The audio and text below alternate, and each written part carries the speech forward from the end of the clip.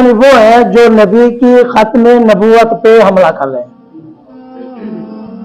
अगर यार कोई फिर दोस्त कहते हैं आप कड़ी बात कर रहे थे, अगर कोई मेरी बेटी की इज्जत पे हमला करे तो मुझसे बर्दाश्त नहीं होता।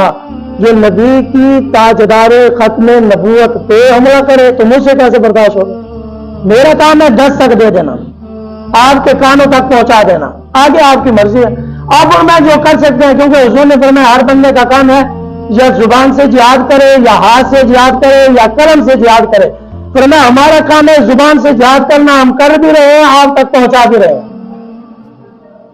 पहला ये किया, फिर उसके बाद और तो बहुत सारे होते रहे, मैं दुनिया की तरफ तो जाना ही नहीं चाहता, सिर्फ शरीयत के ये 2 अहम मसले थे, मैंने जो आप तक पहुंचा दिया। फरमाया 3 महीनों में आप रजू करेंगे। अच्छा, वो बंदा कहने लगा मैंने तलाक दे दिया, मेरी बीवी घर से नहीं जाती। दूर की बात नहीं है, इसी मुआशरे की बात कर रहा हूं, इसी मुआशरे यहां रहने वालों की, ठीक है।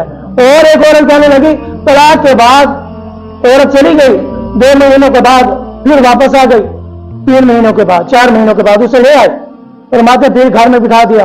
कोई बस यही रजू हो गया, जैसे वो वहां पहुंची थी वापस आ गई तो रजू हो गया। तलाक देने का मसला और रजू करने का मसला शरीयत के अंदर जब कुरान ने वाज़े तौर पर बयान फरमा दिया ये शरीयत है, ऐसे तलाक होने के बाद रजू नहीं हो सकता। आज ये कह रहे हैं रजू हो जाएगा। हम इनकी नहीं मान सकते, हम कुरान की मानेंगे या नबी वाले मुसलमान की मानेंगे। हम नहीं मान सकते इनकी, कभी भी नहीं मानेंगे। इस शरीयत के मामले में कभी भी इनकी बात हम नहीं मानेंगे। हम अपनी बेटियों को हराम में नहीं खिला सकते, हम अपनी बेटियों को, अपनी बहनों को हराम में नहीं खिला सकते। जो बहन अपने मर्द पर हराम हो गई, उसके बाद उसके घर के अंदर रहना, बैठना, उनके साथ ताल्लुकात कायम करना, ये हुजूर अल्लाह के कुरान ने कहा हराम है, हम इसे हराम समझते हैं, हराम समझते रहेंगे। बाबा रोने लगा, क्यों रो रहे हो बाबा जी? बाबा जी ने कहा मुझे मेरा एक गुनाह याद आ गया। दोस्तों के अंदर बैठकर हंस रहे थे, अचानक रोने लगे। बाबा क्यों रो रहा था? बाबा ने कहा मैं इसलिए रो रहा था, मुझे मेरा एक गुनाह याद आ गया। आपको कितने गुनाह याद हैं? बल्कि हम तो भूल गए, हमारा गुनाह है ही नहीं। हमने कौन सा गुनाह किया? हम कभी नहीं रोए।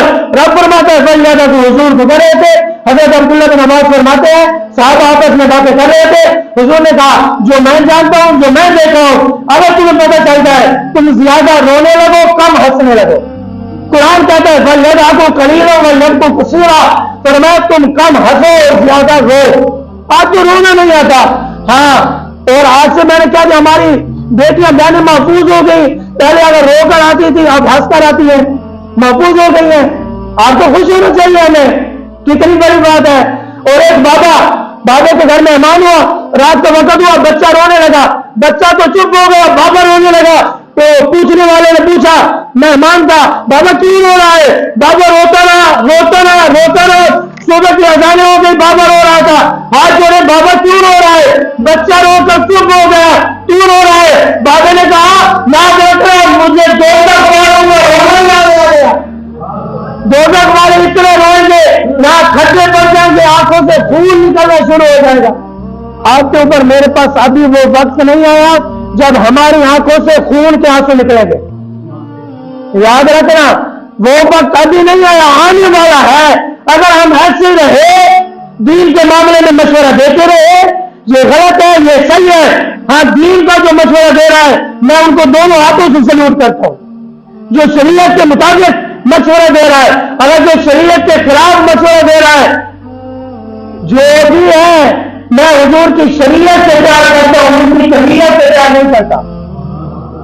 हुजूर की शरीयत मेरी सराखों पर जो दोस्त मशवरा दे रहा है कि ये शरीयत के मुताबिक है, वो मेरे सर का ताज है। और जो शरीयत के खिलाफ चलने का, चलाने का मशवरा दे रहा है,